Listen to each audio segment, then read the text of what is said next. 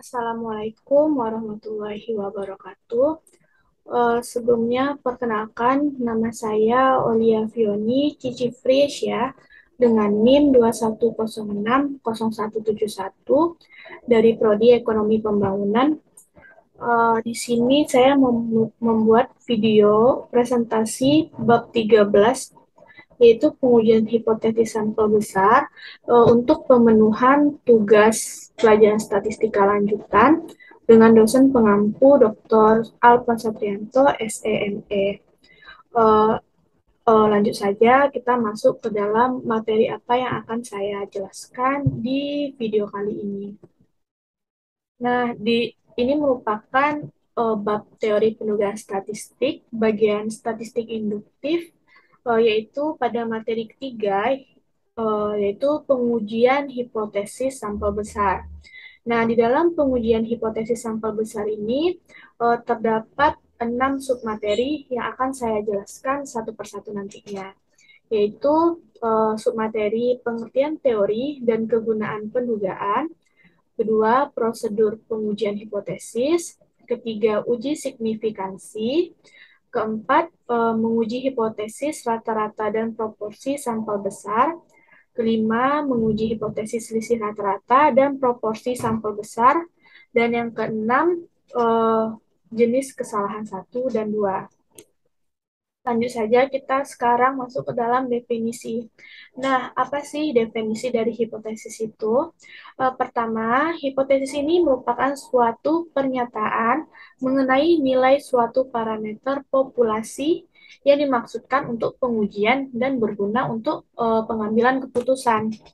Nah, setelah kita mengetahui definisi dari hipotesis sendiri, maka selanjutnya kita harus mengetahui juga pengujian hipotesis ini apa sih definisinya.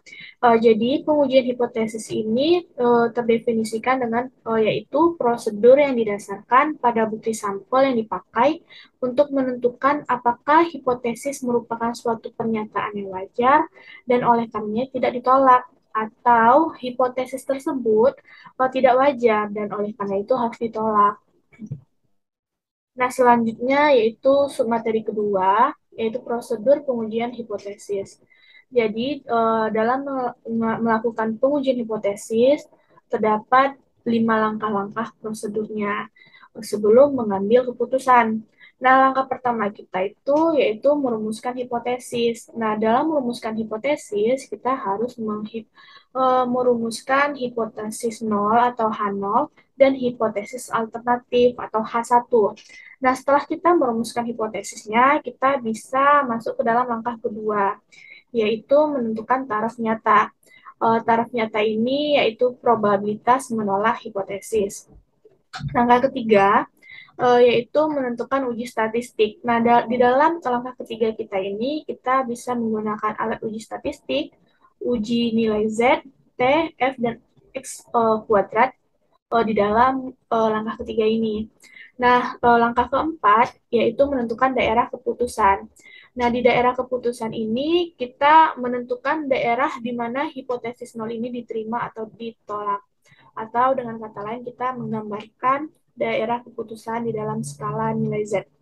Nah, langkah kelima ini kita dapat mengambil keputusan. Jadi keputusannya itu di dalam pengujian hipotesisnya kita dapat menerima H0-nya atau kita menolak H0 dan menerima dari si H1 atau si hipotesis alternatifnya kita terima dan si hipotesis H0-nya kita tolak.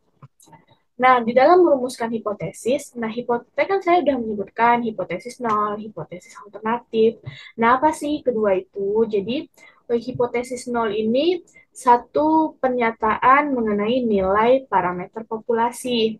Nah, sedangkan hipotesis alternatif suatu pernyataan yang diterima jika data sampel memberikan cukup bukti bahwa hipotesis nol itu salah. Jadi, ketika hipotesis nol ini pernyataannya salah, maka kita bisa ketika hipotesis alternatif ini dapat memberikan bukti yang cukup jika hipotesis nol ini salah, maka hipotesis alternatif ini bisa kita terima atau kita pakai gitu. Makanya disebut dengan hipotesis alternatif. Nah, selanjutnya menentukan taraf. Nah, taraf nyata ini merupakan probabilitas menolak hipotesis nol apabila hipotesis nol tersebut adalah benar. Nah, di dalam menentukan uji statistik, itu ada uji statistik. Nah, di dalam uji statistik ini memiliki definisi suatu nilai yang diperoleh dari sampel dan digunakan untuk memutuskan apakah akan menerima atau menolak hipotesis tersebut. Jadi, di dalam uji statistik ini kita bisa memutuskan apakah hipotesis itu cukup kuat untuk kita terima atau kita tolak. Nah, dalam uji statistik ada rumus nilai Z. Nah, di dalam nilai Z ini dapat kita rumuskan dengan Z sama dengan X rat dikurang mu per SX. Nah, X rat ini kan rata-rata hitung sampel. Mu-nya ini rata-rata hitung populasi. Dan SX ini standar error sampel. Nah, namun di dalam standar error sampelnya ada catatan. Nah, SX sama dengan to per akar N apabila standar deviasi populasinya diketahui. Namun, jika standar deviasi populasi tidak diketahui, maka SX-nya kita pakai S per akar N. Nah, sub materi ketiga yaitu uji signifikansi satu arah dan dua arah. Nah, di dalam menentukan daerah keputusan, ini ada kurva daerah keputusan itu, gambar daerah keputusan, uji satu arah dan uji dua arah. Jadi, di dalam menentukan daerah keputusan ini ada dua. Daerah yang menolak H0 itu ada satu arah atau dua. Kalau misal satu arah, berarti dia hanya ada di salah satu ekor dari gambar. Ada di mungkin di ekor sebelah kiri atau di ekor sebelah kanan. Sedangkan kalau daerah keputusan uji dua arah, maka daerah yang menolak H0-nya itu berada di kedua ujungnya. Jadi si daerah yang menerima H0 itu ada di tengah-tengah daerah yang menolak si H0 itu. Seperti yang saya jelaskan tadi, nah pengujian satu arah ini kan adalah daerah penolakan H0-nya hanya satu yang terletak di ekor sebelah kanan aja atau di sebelah kiri aja. Karena hanya satu daerah penolakan, berarti luas daerah penolakan tersebut sebesar taraf nyata yaitu alfa. Eh, dan untuk nilai kritisnya biasa ditulis dengan Z alfa. Sedangkan pengujian dua arah ini kan ada dua daerah, yaitu serta di ekor sebelah kanan dan sebelah kiri. Karena mempunyai dua daerah, maka masing-masing daerah ini mempunyai luas setengah dari taraf nyata, dilambangkan dengan setengah alfa, dan nilai kritisnya biasa dilambangkan dengan Z setengah alfa. Jadi karena satu arah dia cuma satu daerah, maka tarafnya itu namanya alfa. Kalau kalau dia dua arah, dibagi dua, jadi mempunyai setengah dari nilai tarafnya, berarti setengah alfa. Dan nilai kritisnya kalau satu arah berarti kan Z alfa. Kalau misalnya pengujian dua arah, berarti nilai kritis Z-nya itu kita lambangkan dengan Z setengah alfa. Gitu ya. Nah, di sini ada contoh merumuskan, membuat perumusan hipotesis. Nih, soal pertama ada kita disuruh menguji beda rata-rata populasi. Nah, misalkan hipotesisnya rata-rata hasil investasinya lebih kecil dari 10,5%. Nah, dengan soal ini kita bisa membuat perumusan hipotesis yaitu H0 mu lebih besar dari 10,5 dan H1 mu kecil 10,5. Nah, untuk tanda lebih besar daripada H0 ini menunjukkan daerah penerima yang menerima si H0. Sedangkan tanda kecil pada H1 menunjukkan daerah yang menolak atau ada di sebelah ekor kanan. Seperti pada gambar sebelumnya. Nah, untuk jika beda selisih dua rata-rata populasi, misalnya hipotesisnya selisih dua rata-rata populasi lebih besar dengan nol. Berarti kita bisa menuliskan perumusan hipotesisnya H0 sama dengan mu PA sampai mu P1 lebih besar dari nol dan H1 mu PA sampai mu P1 lebih kecil dari nol. Nah, untuk tanda besar dari pada H0 menunjukkan daerah yang menerima H0. Sedangkan pada kecil pada H1 menunjukkan daerah penolakan di sebelah ekor kiri seperti pada gambar sebelumnya. Nah, ini Nah, sedangkan pada gambar nih, pada gambar satu, itu kan daerah yang menolak H0 ada di sebelah kanan.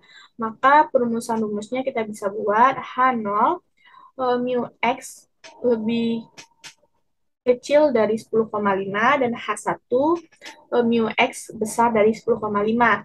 Dan untuk gambar B, ini kan daerah yang menolaknya ada di ujung ekor sebelah kiri. Maka perumusan hipotesisnya bisa dituliskan dengan H0 sama dengan H0 mu PA sampai mu P1 besar dari 0, H1 mu PA sampai mu P1 kecil dari 0. Nah, untuk contoh perumusan hipotesis dalam pengujian dua arah. Nah, kalau dua arah, jika ada soal nilai rata-ratanya sama dengan 10,5%, maka hipotesisnya bisa kita rumuskan H0 sama dengan mu sama dengan 10,5%, A1 mu tidak sama dengan 10,5%.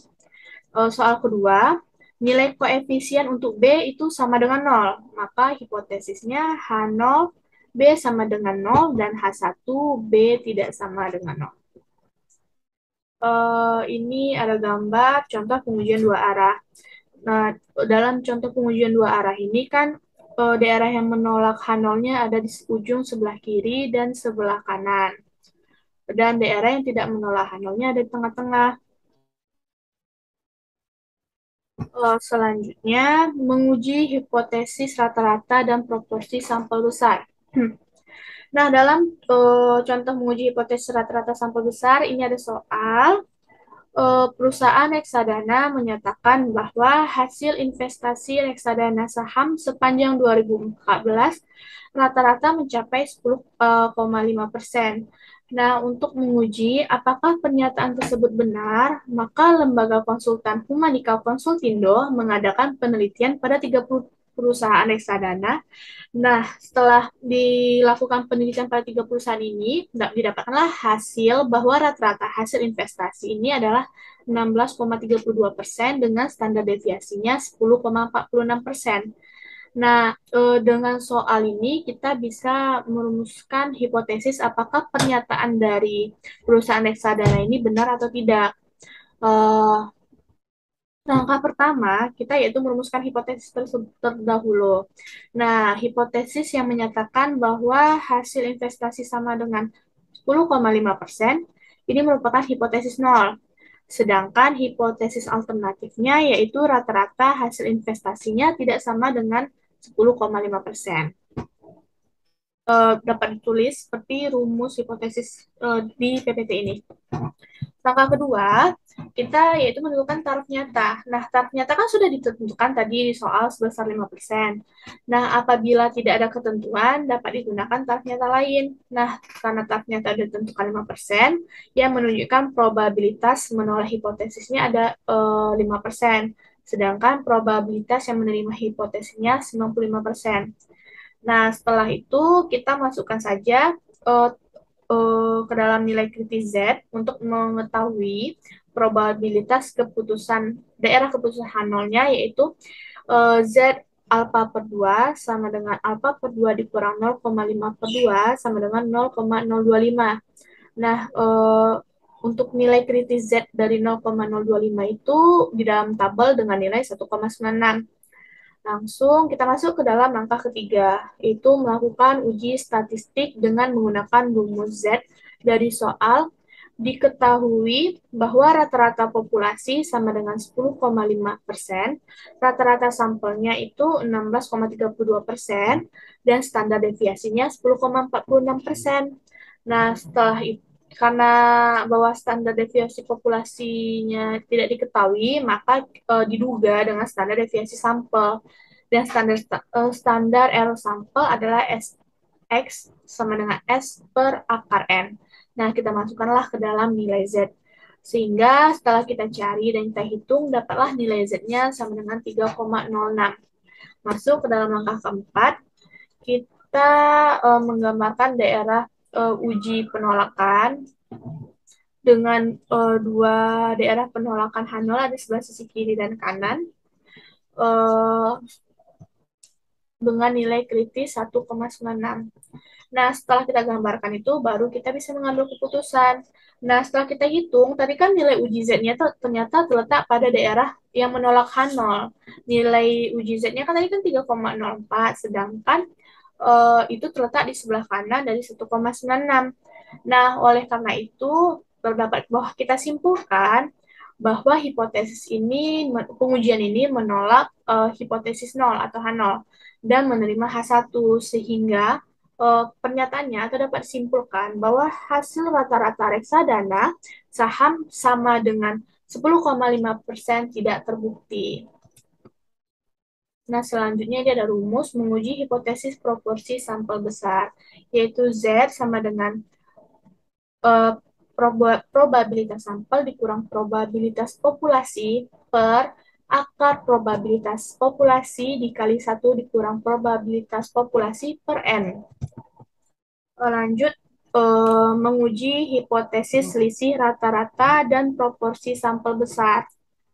Nah, di sini ada rumus standar deviasi. Distribusi sampling dari selisih rata-rata proporsi memiliki distribusi normal dan mempunyai standar deviasi yang rumusnya tertulis tau X1 kurang X2 sama dengan akar tau 21 per N1 ditambah tau 22 per N2, di mana tau X1 X kurang X2 ini standar deviasi selisih dua proporsi.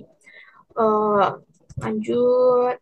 Sedangkan untuk nilai uji statistik Z itu dirumuskan dengan X1 kurang X2 dikali mu1 kurang mu2 per Sx1 kurang X2.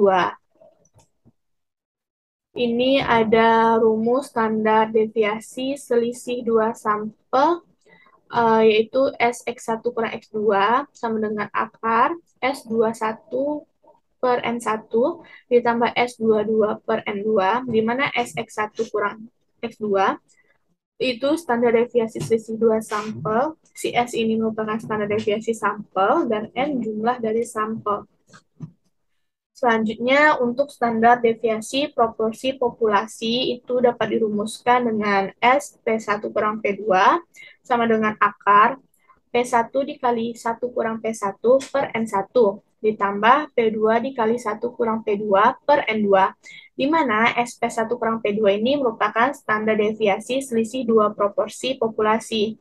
Nah, P ini merupakan proporsi populasi dan N merupakan jumlah sampel pada populasi. Selanjutnya, untuk nilai uji statistik Z itu dirumuskan dengan Z sama dengan P1 kurang P2 dikali P1 kurang P2 per S P1 kurang P2, di mana Z ini kan nilai uji statistik, P1 kurang P2 itu selisih dua proporsi sampel dan selisih dua proporsi populasi. Standar deviasi selisih dua sampel itu dirumuskan dengan S P1 kurang P2 sama dengan akar P probabilitas populasi dikali 1 dikurang probabilitas sampel per N1 kurang 1 ditambah probabilitas populasi dikali 1 dikurang probabilitas populasi per N2 kurang 1. Nah, di mana P sama dengan X1 tambah X2 per N1 tambah N2 ini, X1 dan X2 ini merupakan kejadian sukses pada sampel 1 dan 2. Nah, dari rumus tadi dapat kita masukkan ke dalam permasalahan contoh ini. Nah, di sini didapatkan permasalahan tidak bisa dipungkiri kehadiran media sosial Facebook, Twitter, Google, LinkedIn, Pinterest, Instagram, dan sosial media lainnya dalam beberapa tahun terakhir ini telah mengubah pola hidup masyarakat. Meski perubahan tersebut juga berbeda, tergantung pada geografi budaya dan kondisi ekonomi masing-masing. Nah, di samping berbagai perannya tersebut yang semakin digemari masyarakat, media sosial juga menjadi masalah baru di tengah masyarakat. Nah, para sosiolog menyebut media sosial sebagai pisau bermata dua yang memiliki sisi positif sekaligus dampak negatifnya. Nah, salah satu dampak buruknya adalah meningkatnya kejahatan dunia maya atau cybercrime di media sosial. Nah, info ini didapatkan dari website indonesian.irib.ir garing headline 2 garing Senin 28 April 2014 diposting pada jam 17.09. Nah, dari permasalahan yang kita dapat di website tadi, kita bisa melakukan pengujian. Ini benar nggak adanya kejahatan di dunia maya dengan pengujian hipotesis tadi. Nah, untuk mengetahui sih berapa besar si kejahatan dunia maya ini, maka kita bisa melakukan survei. Nah, di sini dilakukan survei terhadap remaja dan orang dewasa dalam menggunakan media sosial. Nah, dari 350 responden remaja, ada 150 orang yang menyatakan pernah menjadi korban di kejahatan dunia maya. Sedangkan dari 400 responden orang dewasa, sebanyak 205 orang menyatakan pernah menjadi korban kejahatan dunia maya dengan taraf nyata 5%. Nah, ujilah apakah proporsi remaja dan dewasa ini sama dalam mengalami kejahatan dunia maya atau uh, lebih tinggi tingkat dewasa atau lebih tinggi pada remaja dalam mengalami kejahatan dunia maya. Dapat kita lakukan dengan langkah-langkah tadi. Nah, langkah pertama yang kita lakukan yaitu merumuskan hipotesis. Nah, kita akan menguji pernyataan bahwa proporsi remaja itu kan P1. Kalau proporsi dewasa berarti kita lambangkan dengan P2. Itu dapat dirumuskan dengan H0 sama dengan P1 kurang P2 itu sama dengan 0. Atau H1 P1 sampai P2 tidak sama dengan 0. Nah, langkah keduanya yaitu menentukan taraf nyata. Nah, karena taraf nyatanya sudah ditentukan sebesar 5%, maka nilai kritis Z dapat diperoleh dengan mengetahui probabilitas daerah keputusan H0 dengan memasukkan rumus Z alfa per 2 sama dengan 0,5 dikurang 0,05 per 2, maka dapatlah nilai kritis Z-nya 0,4750 dan nilai kritis Z diketahui dari tabel normal yaitu 1,96. Nah, langkah ketiga, kita melakukan uji statistik dengan menggunakan rumus Z untuk selisih dua proporsi sampel. Jadi kita cari dulu nilai X1, X2, P1, dan P-nya. Nah, untuk mencari X1, itu kan X1 kan 150, N1-nya 350, maka kita dapat P1-nya 150 per 350, dapatlah P1-nya 0,43. Kalau cari P2, berarti kan X2 per N2, dapatlah 205 per 400. Diketahuilah 0,51 untuk P2-nya. Nah, untuk P1 kurang P2 atau selisih dari proporsi tadi, itu kita kurangin aja 0,43 dikurang 0,51 sama dengan min 0,07. Nah, kita masukkan saja ke dalam rumus selisih P-nya X1 tambah X2 per N1 tambah N2 itu sama dengan 0,473. Setelah itu, kita masukkan ke dalam rumus nilai standar error selisih dua proporsi, yaitu SP1 kurang P2 dimasukkan ke dalam rumus, dapatlah standar error selisih dua proporsinya 0,0366. Setelah itu kita masukkan ke dalam nilai uji statistik. Z sama dengan P1 kurang P2 dikurang P1 kurang P2 per SP1 kurang P2. Dapatlah nilai uji statistiknya min 2,294. Langkah keempat, kita bisa masukkan ke dalam gambar menentukan daerah keputusan nilai kritis Z dengan Z sama dengan 1,96. Dapatlah seperti pada gambar ini. Daerah penolakan H0-nya berada di luar min 1,96 dan di luar 1,96, dan daerah yang menerima atau yang tidak menolak H0-nya ada di antara min 1,96 dan 1,96. Sedangkan di dalam nilai uji statistiknya berada di min 2,29. Berarti dapat kita simpulkan terdapat cukup bukti bahwa selisih proporsi remaja dan dewasa ini tidak sama, atau proporsi remaja dan dewasa berbeda, karena kejahatan dunia maya banyak dialami orang dewasa. Begitulah hasil kesimpulan dari pengujian hipotesis pada soal tersebut. Selanjutnya itu bagian terakhir, yaitu jenis kesalahan 1 dan 2. Nah, pengertian dari kesalahan jenis 1 dan 2 itu yaitu kesalahan jenis satu. Ini apabila keputusan menolak H0 padahal si H0-nya itu benar. Maka ini disebut dengan kesalahan jenis satu. Sedangkan kesalahan jenis 2, kita menerima H0 padahal si H0-nya itu salah. Nah, ini contoh penjelasan dalam tabel. Jadi, jika di dalam situasi kita menerima H0 padahal H0-nya benar, maka itu keputusan yang tepat. Sedangkan ketika situasi kita menerima H0, padahal H0 itu salah, maka itu kesalahan jenis 2. Dan jika di dalam situasi kita menolak H0, padahal H0 itu benar, itu merupakan kesalahan jenis satu. Sedangkan di dalam situasi kita menolak H0, padahal H0 itu salah, itu merupakan keputusan yang tepat. Ya, ya. Itu berarti tadi merupakan materi kita terakhir di dalam pertemuan ini. Di materi ini, mungkin itu aja sedikit penjelasan saya tentang materi pengujian hipotesis ini. Mungkin jika ada kesalahan, mohon dimaafkan, atau ada yang dikurangi mengerti, atau penyampaian yang kurang tepat. Mungkin cukup sekian. Wabillahi taufiq wal hidayah. Wassalamualaikum warahmatullahi wabarakatuh. Terima kasih.